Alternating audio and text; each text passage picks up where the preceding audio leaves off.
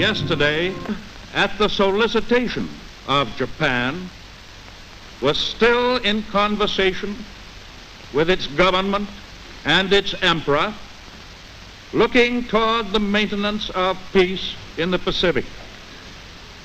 Indeed, 1 hour after Japanese air squadrons had commenced bombing in the American island of Oahu, the Japanese ambassador to the United States and his colleague delivered to our Secretary of State a formal reply to a recent American message. Japan has therefore undertaken a surprise offensive extending throughout the Pacific area. The facts of yesterday, and help us God.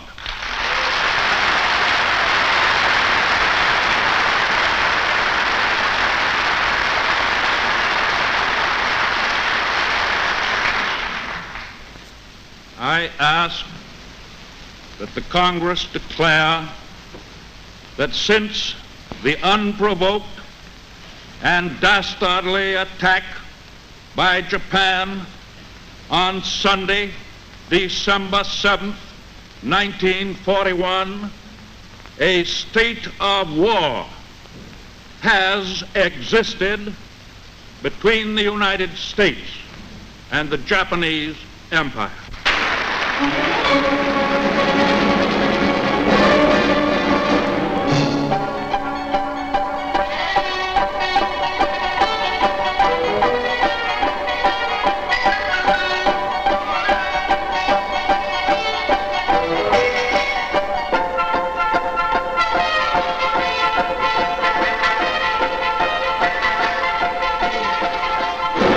The arms embargo is far too great a security to American peace to permit its surrender without a last-ditch fight. You people who oppose war and dictatorship, do not be dismayed, because the warmongers and the interventionists control most of the avenues of propaganda. At this critical moment in the world's history, when the democracies of Europe are facing the test of life or death, all Americans are of one mind. We want to assist the democracies in every way we can with materials and supplies. England is the last and only barrier between the United States and total war. Our aid must not come too late. Therefore, we must give President Roosevelt power to set in motion an industrial blitzkrieg that will make it possible for England to blast Hitlerism from the face of the earth. It was fully and freely debated. Men were stamped interventionists and isolationists, and the debate grew bitter. Earnest young men picketed the White House as if peace were in our hands and not in the hands of those who wanted no peace, who worshiped war. Other earnest young men picketed the pickets. Curious organizations mushroomed into being with stunts such as these. Into this free debate trooped the agents of the aggressors, for they too were permitted to speak in our democracy.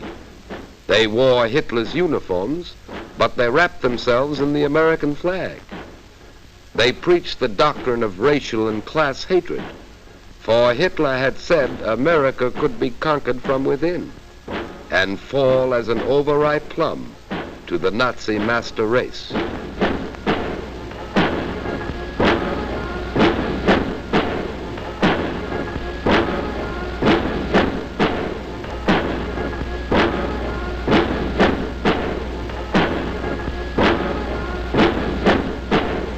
Jewish Moscow directed domination. We let them speak. When occasionally a lone outraged dissenter wanted to air his opposition, we provided police to preserve order. This was Madison Square Garden in New York City, and not Berlin nor Nuremberg. Later, this speaker was arrested. It was because he had filched money from his deluded followers, and he was sent to Sing Sing to brood upon the strange ways of democracy. Another debate was in progress. Labor and management resorted to strikes and lockouts to settle differences, which at times surged into violence. True, we had taken giant steps along the road of conciliation, but scenes such as these convinced the Axis they had nothing to fear from America. They knew our industrial capacity was great. We could never use it to the full, they said. Our plants were there, but they were made idle. America was at war. It had been at war, although few Americans realized it, for more than 10 years. Ever since September 18th, 1931, when Japan clawed Manchuria out of the body of China. While Hitler was still brawling in the streets of Munich, Japan had already begun weaving the pattern of aggression. It started with an incident. A Japanese train on the South Manchurian Railway had been dynamited. Promptly, Japanese battalions invaded Mukden. This was not mechanized warfare. By later standards, this war was primitive, small. Trivial, the Japanese cabinet officially labeled it when China protested to the League of Nations. 12 Japanese planes bombed a Chinese city. Trivial. The League demanded Japan withdraw her troops. Japan's own vote was the sole dissenting one. Therefore, said Japan, the League's action was illegal. It wasn't unanimous. Secretary of State Stimson was concerned. We had signed the Pact of Paris, which guaranteed China's territorial integrity. We sent an observer to the League. Japan protested, finally consented. The League investigated. Under Admiral Nomura, Japanese forces attacked 15 miles from Shanghai. The same Nomura, who later as Japanese ambassador, talked peace in Washington, while his colleagues in Tokyo prepared for war. Japan marched into Shanghai with troops, fifth columnists, quislings, and propaganda, actually anticipating methods used in the conquest of Europe. Japan marched out of Shanghai at the insistence of the League. She signed a truce with China on May 4th, 1932. 4 months later, Japan moved further into Mongolia, sent her colonizers to follow the army into the conquered territory. And the puppet state of Manchukuo was in full flower. The League branded Japan an aggressor, and Japan resigned, deeply hurt. Japan moved further into China. Pausing only for breath, Japan inflated the Mukden incident into the China incident. It was not war, the Japanese said. 400 million Chinese were caught up in this incident. China was looted and shelled and put to the torch. China was bombed in this incident.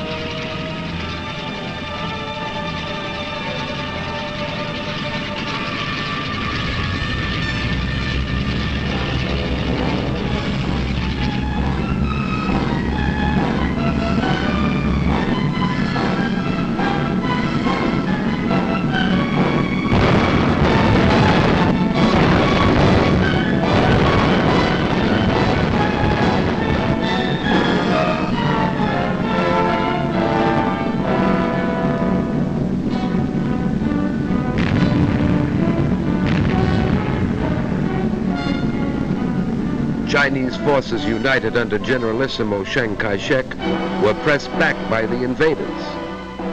China moved her armies and her meager war industries far into the interior. The Chinese fought on not so much with weapons as with space and time. Few Americans knew Japan. To us it was a land of Fujiyama, of cherry trees, exquisite gardens, geisha girls, picturesque peasants, We had opened Japan to the Western world. They had bought our machines, copied our architecture, our clothes, our popular music, and had even adopted our games, although they marched to the baseball diamond as men marching to war.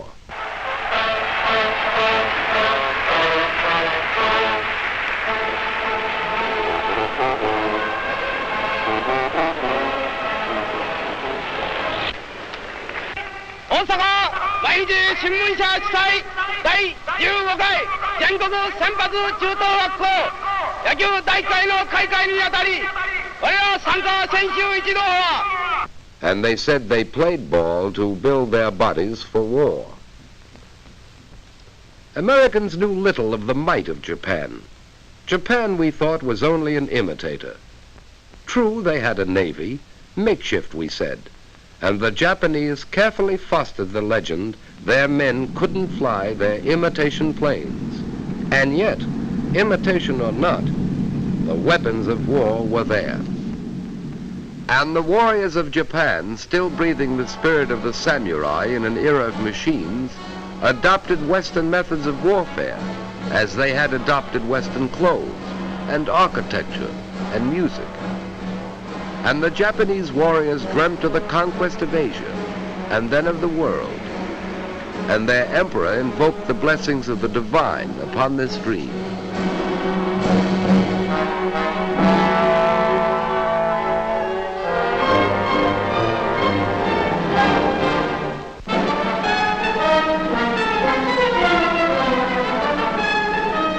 Italy too had dreams of empire. So Italy too created an incident in Ethiopia.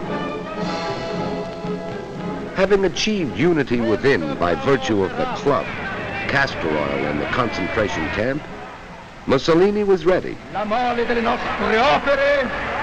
Italy at the time had the foremost air force in Europe.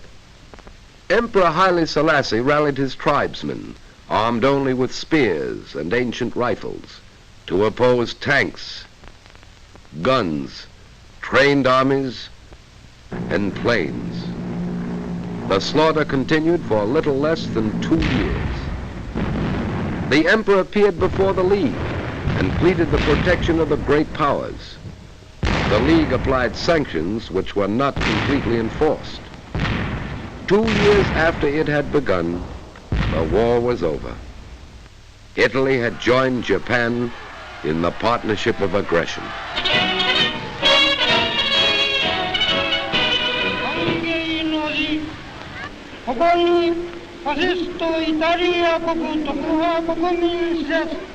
Il saluto che io vi rivolgo è diretto a tutto il popolo del Giappone, tutti gli italiani, ed ha fondato un impero.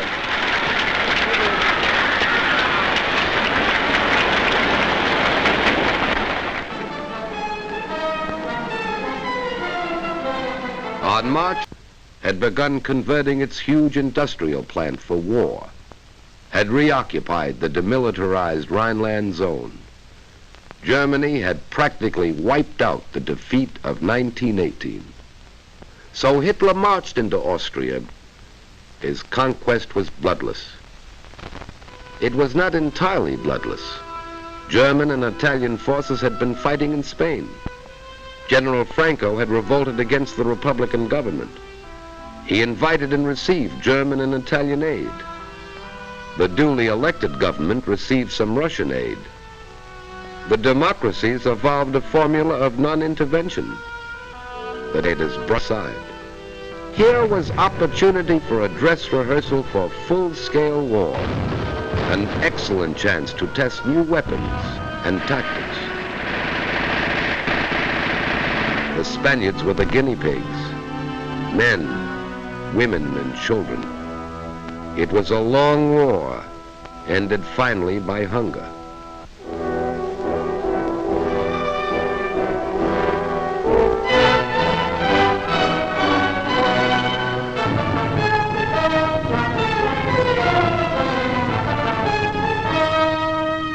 Hitler was not content with Austria. At Munich, he had said his theory of race and blood demanded the incorporation of all German-speaking peoples into the Reich. There were those in England, France, and the United States who did not think this an unreasonable demand. Hitler called upon Czechoslovakia to surrender the Sudetenland, that part of Czechoslovakia heavily populated by Germans. France was bound by a treaty to the republic created under the old Austrian Empire. France and Soviet Russia were linked in a defensive pact. Great Britain's destiny was linked with that of France. So Hitler, Prime Minister Chamberlain of Great Britain, Mussolini, Premier Daladier of France, met in Munich, and because the democracies of Europe were hungry for peace, removed a thorn from Hitler's side, the Czech army and the little Maginot Line. Europe breathed a sigh of relief. Mussolini's people were jubilant. They wanted peace. Hitler rolled into the Sudetenland. His people were jubilant. Here was the miracle man, they said. A man who conquered with words. This was a new kind of war. A delightful war. Bands and flowers and parades. A smiling war. A lovely war. Not a shot fired, not a man hurt, nor a woman, nor a child. War was a holiday.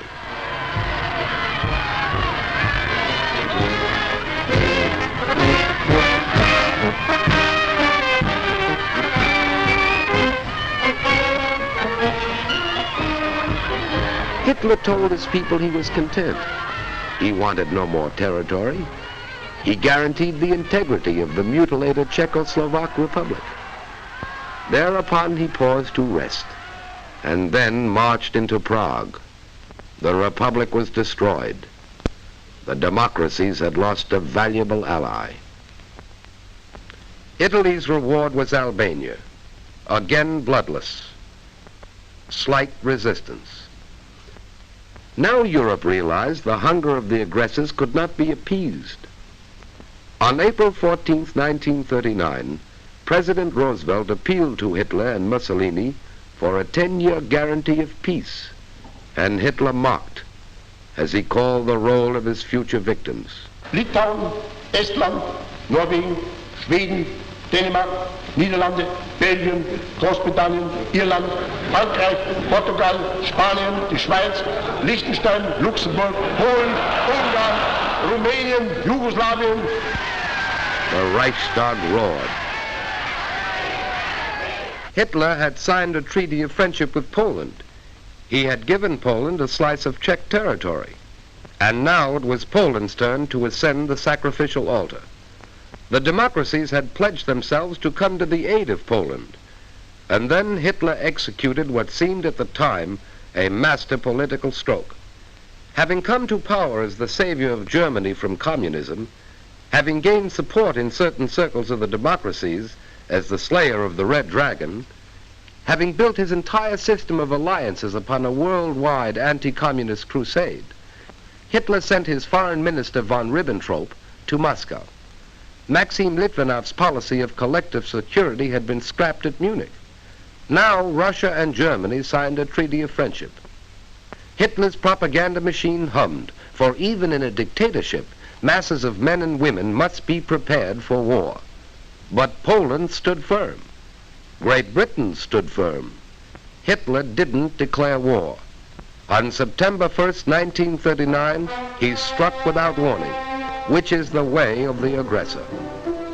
You will soon see Hitler's own photographic record of the Blitz in Poland. The formula is simple enough. First, choose your victim, an army still living in the past. Few planes, fewer tanks, outmoded guns and outmoded tactics. Choose an army relying upon courage rather than machines.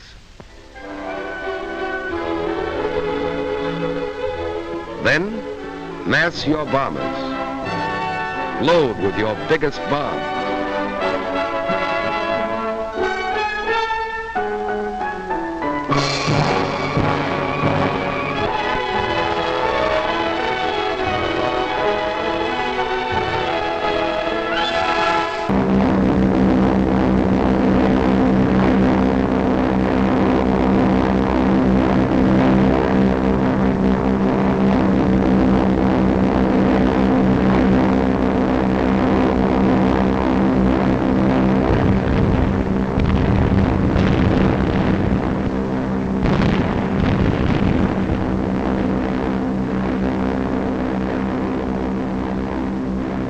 destroy his inadequate air force on the ground, blast those who escape out of the air.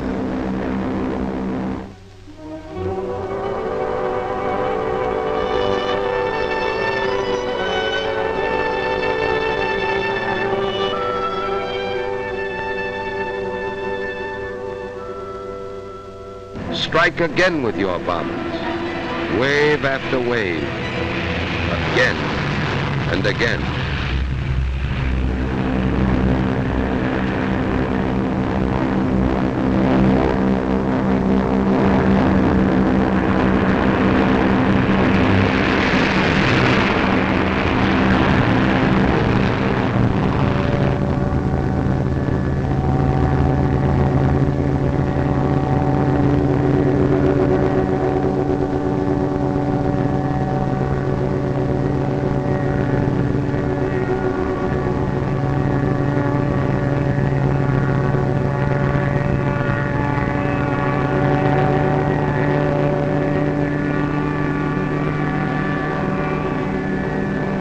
Strike at the railroads, for then the victim cannot mobilize. It cannot move men and supplies. Its armies are isolated.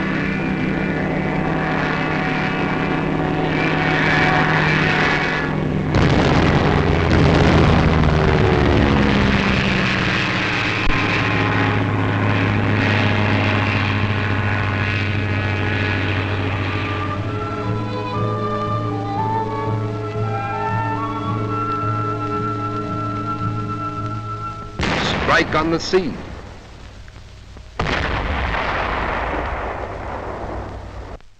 Strike on land, with tanks against horses, giant guns against sabers and rifles. Choose your time carefully, making sure the weather favors your machines. Strike at his cities, so that civilians will take to the roads, hampering the armies, so that women and children will be killed in the streets or in hastily contrived shelters.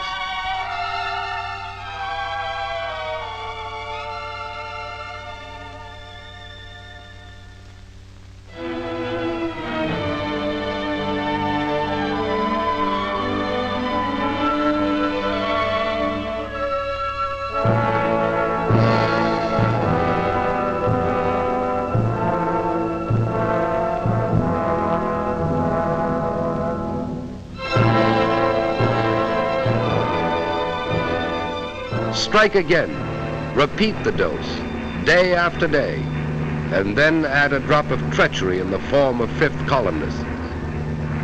This was Warsaw. Repeat for 18 days. One Nazi pincer cuts the Polish corridor, another races to Krakow. From East Prussia, another army moves on Warsaw. Encircled, bombed, shelled, and starved, Warsaw surrenders. Now, over the roofless city, send your Luftwaffe sailing leisurely to photograph your handiwork.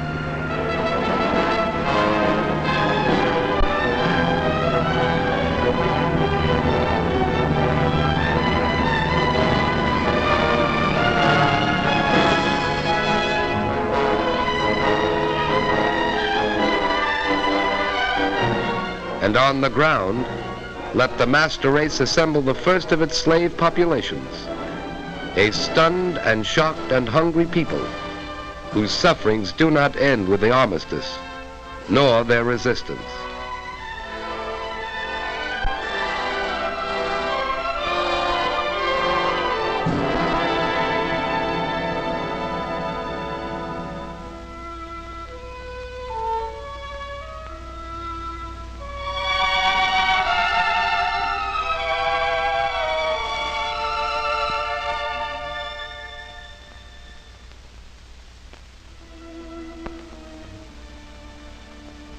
Now, gloat.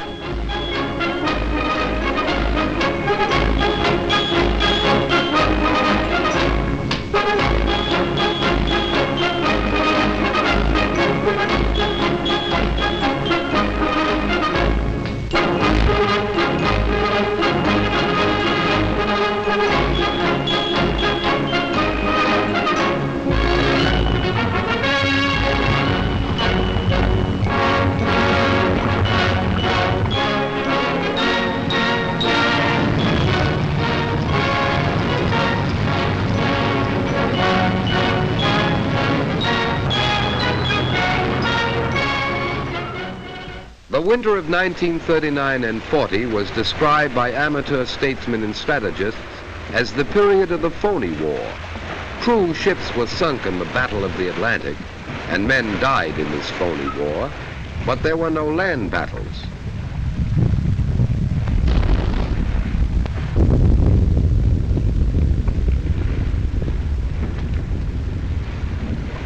France was waiting behind its Maginot Line, that vast underground fortress deemed impregnable by its military experts. Allied strategy relied upon starving the Reich into submission. Hitler's armies would collapse for lack of fuel and food and raw materials. Spring shattered this comfortable illusion.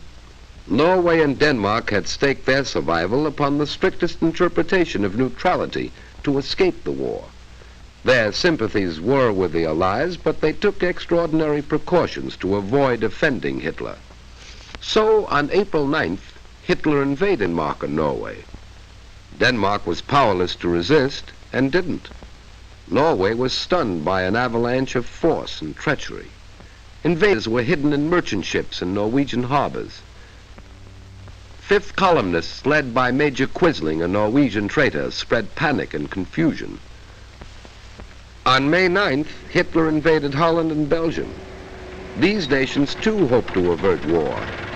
And these nations too minded their own business and spoke softly. But Hitler struck at them, again without warning, because he had decided the Battle of France could best be won by outflanking the Maginot Line. He had no quarrel with these nations. They were merely convenient roads to France.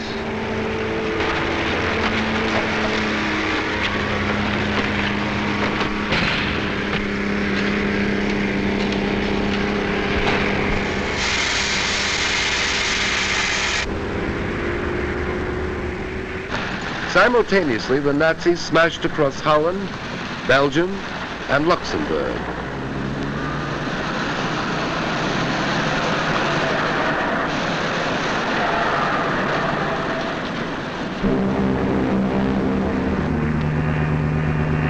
This pictorial record you are watching was made by Nazi cameramen at the order of Dr. Goebbels, the German propaganda minister.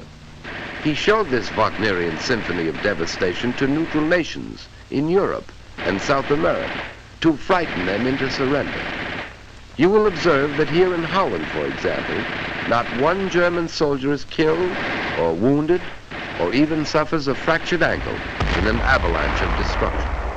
For Dr. Goebbels is a showman, and what he is ballyhooing is the mystical invincibility of the Nazis, or at least that was his theme song until Britain refused to surrender to Air Marshal Goering's armada, and until the Russians slaughtered well over 1 million of invincibles.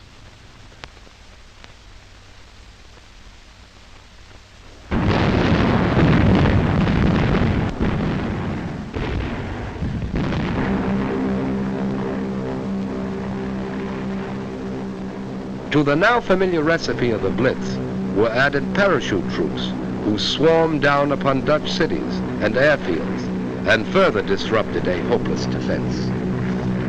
Men had discussed, and most armies had experimented with this new dimension in mobile warfare, but the Nazis were the first to use parachutists in force.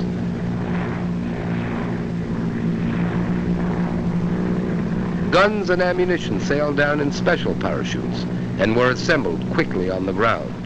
Thus, the Nazis could capture and destroy airfields, railroad stations, and other strategic points back of the defenders' lines.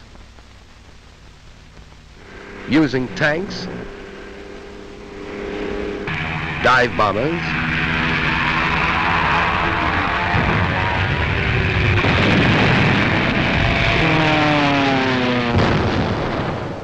big guns, the Nazi machine broke the back of Dutch resistance in 4 days.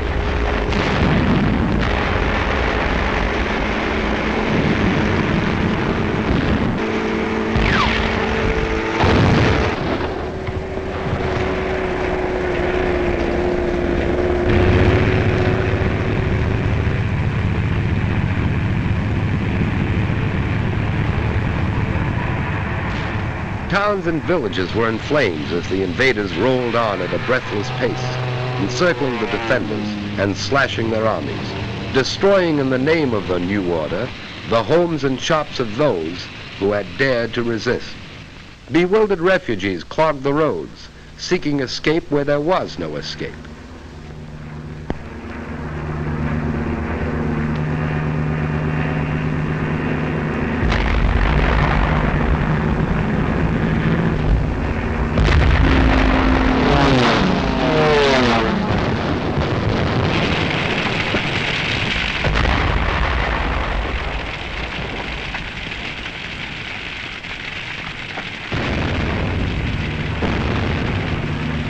This was Rotterdam, bombed after the Dutch forces had surrendered.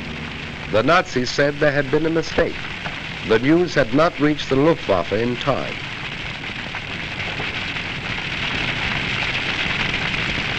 When the Nazis entered this once prosperous city, the night skies were red with fire.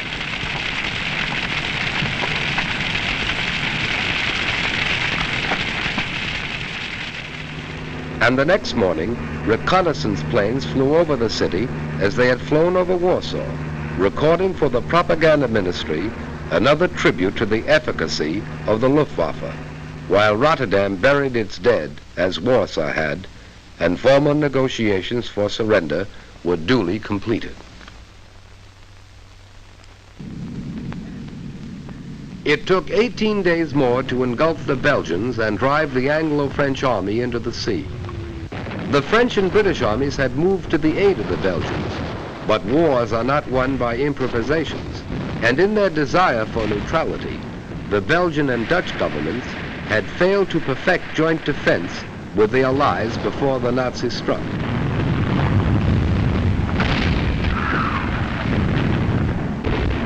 The invaders rolled on.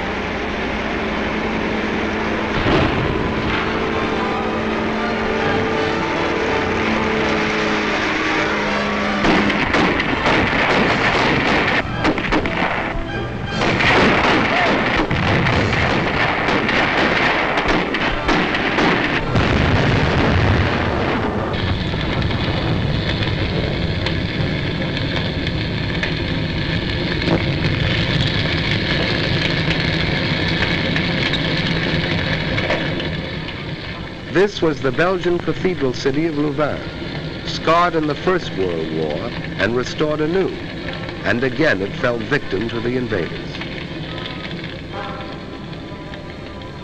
Again its inhabitants took to the roads to escape the pursuing fires.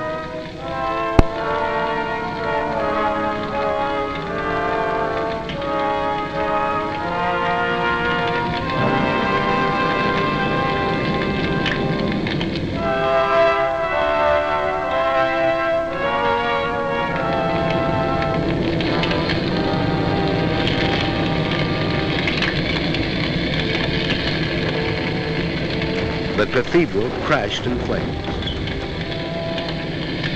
The invaders rolled on. Morning found the refugees still fleeing blindly. Reputable observers said these refugees were machine gunned from the air. There is no photographic evidence of this. And this is what they fled. The Nazi machine moved on, and after a day's destruction, paused only to sleep.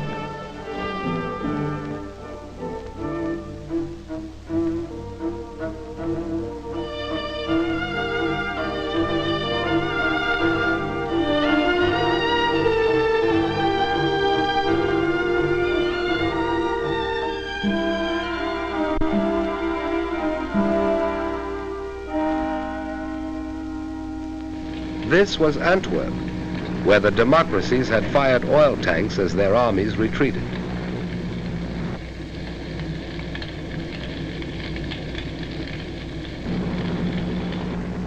Brussels was spared, for it had been declared an open city, and the Nazis marched in, meeting no resistance. Belgium was doomed, and King Leopold capitulated.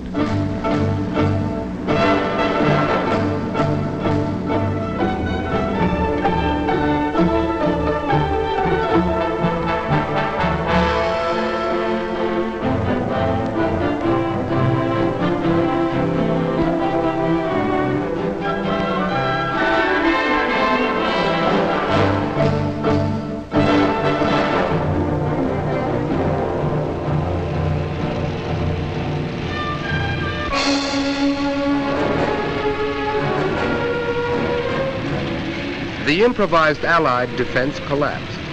The British Army was driven into the sea at Dunkirk, according to plan. Dunkirk has been called the triumph of man over the machine.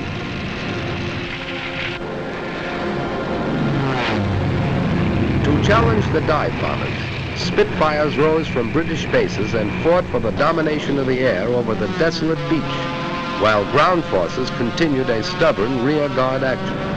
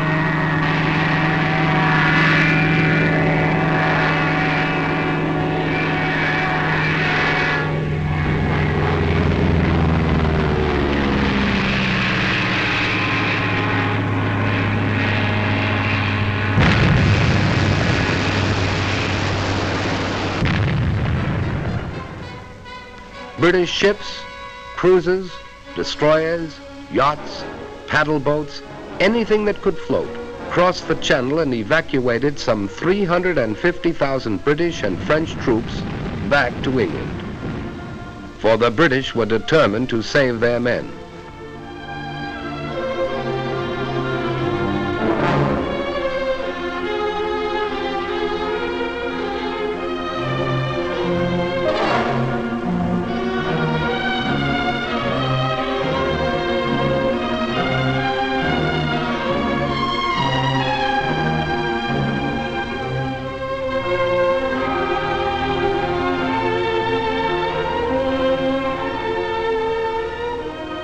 Here in the wreckage was the story of the epic evacuation. Men walked into the sea and swam to their rescuers. They couldn't take their weapons, trucks, tanks, or guns, but men were saved to fight again. Slashed through Luxembourg, Belgium, and Holland, 5 German armies fanned out across France. Treachery and incompetence had doomed the nation that only a decade ago had been leader of Europe. Now the campaign mounted in fury as France crumbled.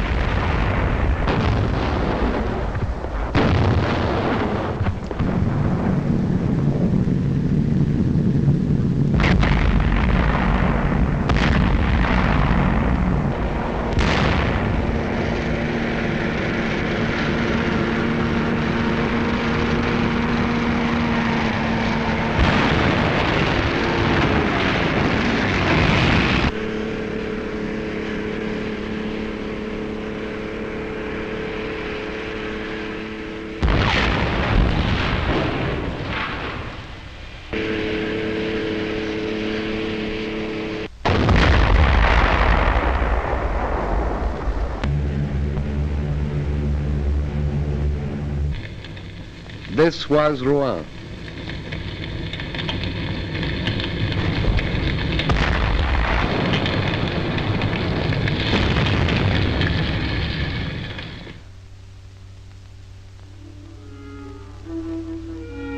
Paris had been evacuating its children. There was talk of defending the city street by street. This plan was abandoned. From the beginning, the French, like the British, tried to spare children the sight and sound of war, but the parting was hard.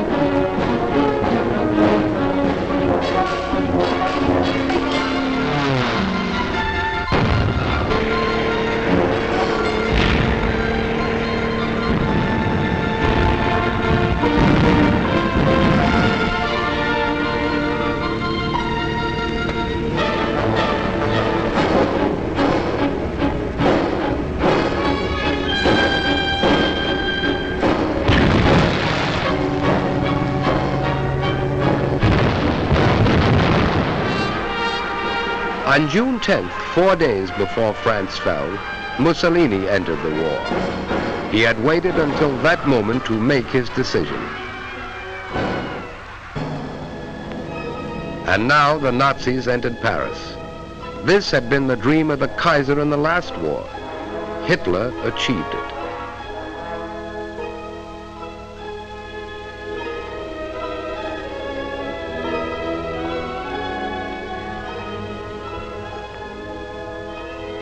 And the Maginot Line was still there. The Nazis had merely outflanked it. Now they tried direct attack, and the Maginot Line fell.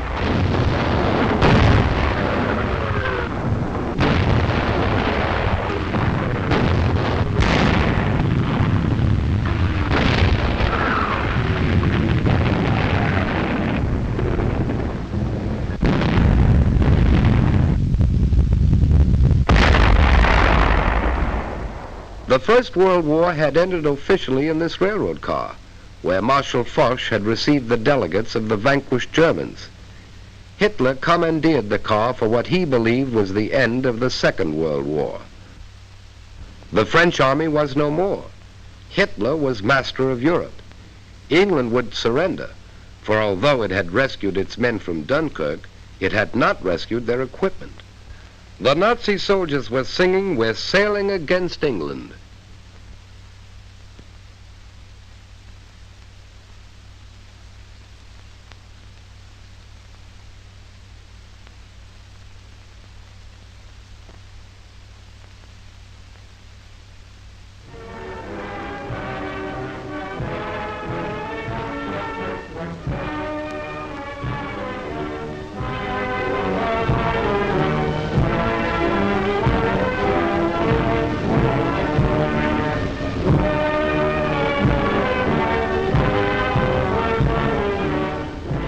Here at Compiègne, Vichy was born.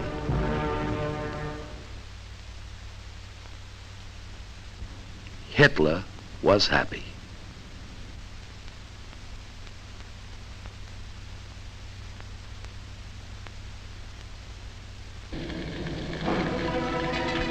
Britain alone remained as Hitler's sole barrier to a total victory. Nazi submarines, now berthed on the conquered coast, set out to starve the British people into submission. Nazi planes, now only a few minutes' flight from the English coast, set out to bomb the British people into submission. Nazi propagandists, making full use of the new weapon, the radio, set out to talk the British people into submission. Terrifying. The voice you hear is that of Lord Haw Haw. The Blitzkrieg will be carried over the British Islands with greater, more appalling rapidity than over Poland, Norway, Holland, Belgium, or France. Prime Minister Churchill rallied his people in what he called their finest hour, He had offered them nothing but blood and sweat, toil and tears. They accepted his gift. Britain was fighting in the 7 seas, while the invader was only 20 miles away, and the French fleet was no longer its ally. Nazi submarines, mines, planes, and surface raiders constituted a formidable menace to Britain's lifeline, the freighters that brought her food and raw materials for war. Britain hung on. Now the Nazi Air Force, Hitler's ace weapon, was brought into play. German bombers attacked English ports, so that even if the freighters escaped submarines and mines, they faced destruction in harbors, and the lifeline could be cut at its source. They bombed railroads and factories to disrupt transportation and war production. They bombed by day, and when the Royal Air Force smashed more than 180 of the bombers out of the sky in one session, they bombed by night. The face of London changed. Historic landmarks disappeared. Night after night, London was left a sea of fire.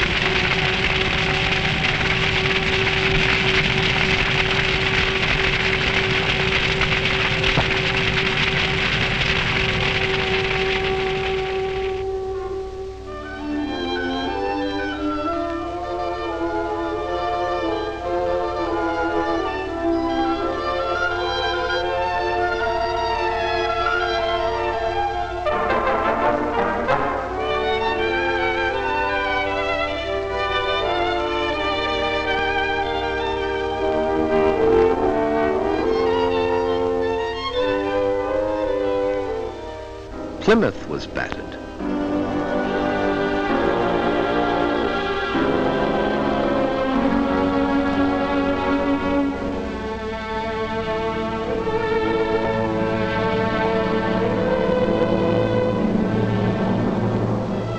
Coventry.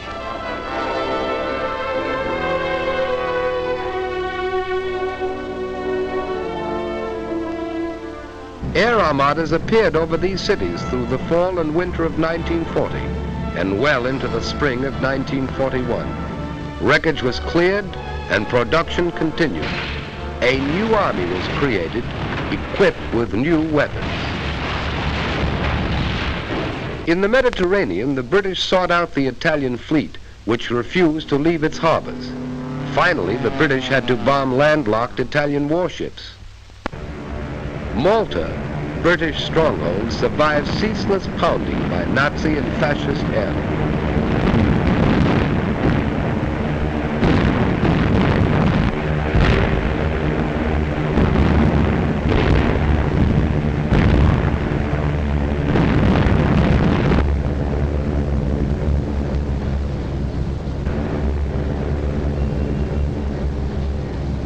The British sweep through Libya by General Sir Archibald Wavell succeeded in destroying Mussolini's empire. The British captured Eritrea and Somaliland, and in May 1941, Haile Selassie was restored to his throne. Under Marshal Rommel, Nazi forces slashed into Egypt. But whatever the immediate future might hold for the democracies in the Middle East, the Italian fascists had lost the war in Africa as well as in Europe. Here are Italian prisoners captured in the first Libyan sweep. As they were led off to prison camps, the name of Mussolini seemed to have lost its luster, and before long he was to find himself competing with Vichy for the favor of Hitler. Britain still stood, and Hitler, frustrated, turned east. If this were to be a long war, he would need Russian oil and Russian wheat. So he proclaimed himself anew the archenemy of communism, despite his earlier plea to the German people that National Socialism and communism could live side by side. Now he told them he didn't mean what he said before, but he did mean what he said before that. Military spokesmen in Berlin said the Red Armies would be encircled and destroyed within 6 weeks. Its remnants would retreat back of the Urals. There the Japanese could deal with them at the proper time. Joseph Stalin rallied the Russian people. Soldiers and civilians, responding with a unanimity that amazed a world that had heard much and knew little of them, rose to repel and harry the invaders.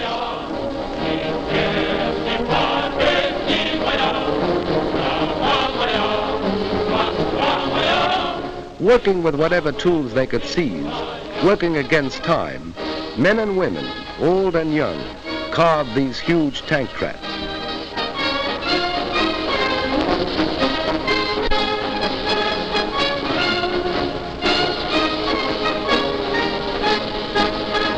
Weapons were distributed to civilian guerrillas assigned to operate back of enemy lines. Anti-aircraft guns swung into place to battle Luftwaffe advance units.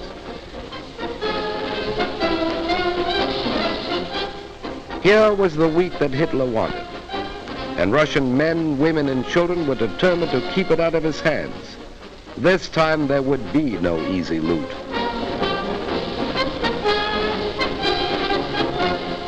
Machines as well as men helped harvest this most precious of war materials.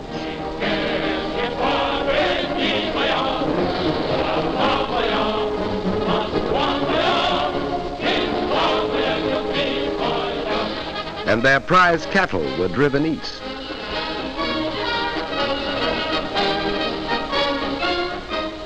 And when the tempo of invasion mounted, the Russians did not hesitate to burn their crops and their homes and their barns, so that the conquerors would find ashes as their prize. They would have neither food nor shelter. Factories worked day and night, for the Russians knew this was a war of machines. Entire plants were moved east, complete with workers. Weapons of war poured out of these factories, and the Germans, as well as the rest of the world, discovered the Russians had tanks to meet tanks and planes to meet planes. The Russians retreated, but not without inflicting sizable casualties.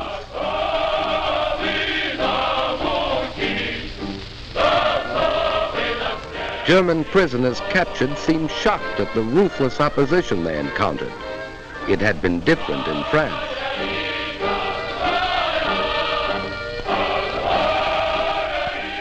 Winter found the Russian army still intact. German casualties mounted until they were counted in the millions. Hitler's armies were not smashed in the winter campaign, but the Russians took the initiative and held it. As the snows melted, Hitler was to meet new Russian armies and new machines as summer came to the 2,000-mile front.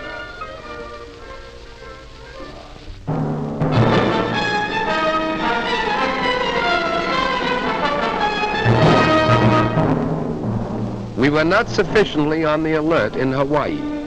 The Japanese won a series of spectacular victories in the Pacific. Under General Douglas MacArthur, American and Filipino forces fought a fabulous delaying action in the Philippines. Manila was bombed, although it was declared an open city.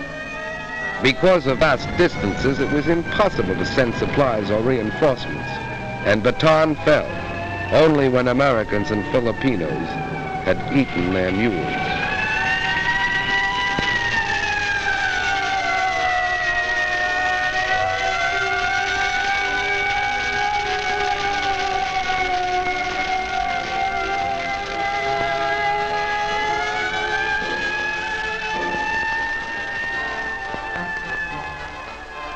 General MacArthur established his headquarters in Australia, and as Commander-in-Chief of the United Nations forces in that area, prepared for the offensive that would develop inevitably.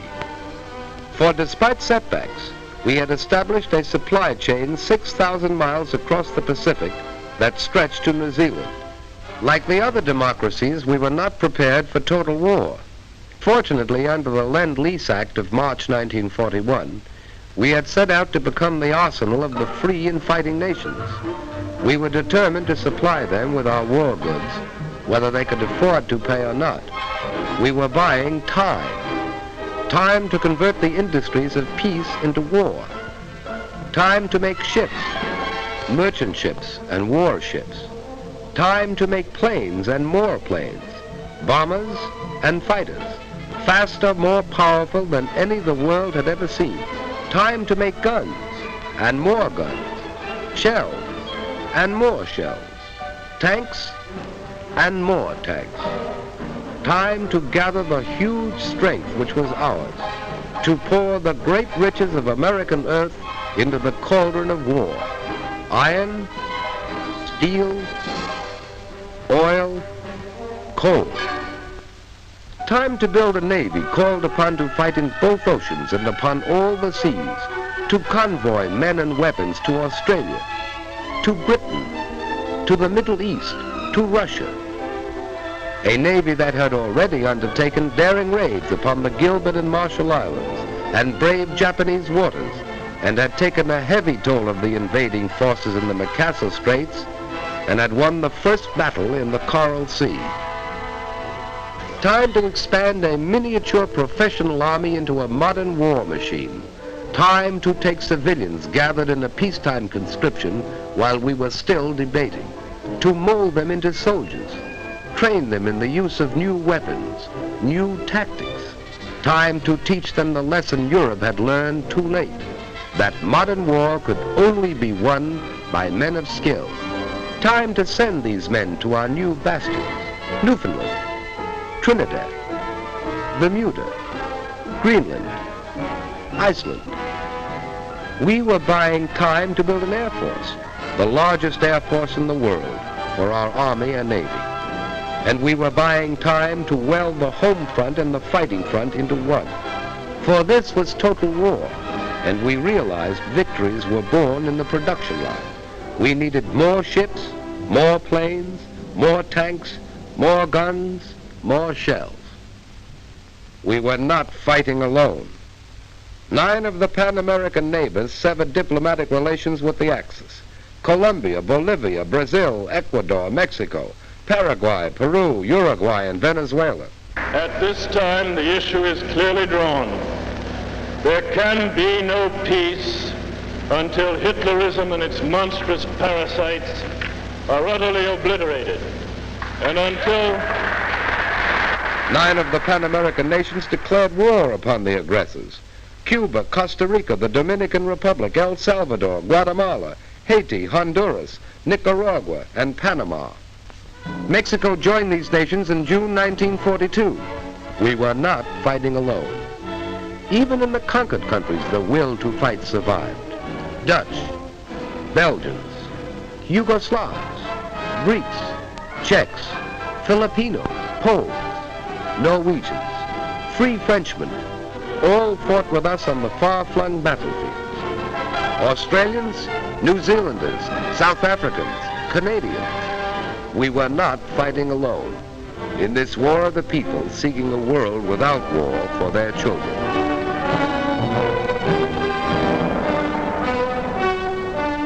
Britain, growing steadily stronger in its 3rd year of war, sweeping the skies of conquered Europe, harassing the enemy with commando raids, sending forth huge armadas of bombers over German cities Hitler promised would never be attacked.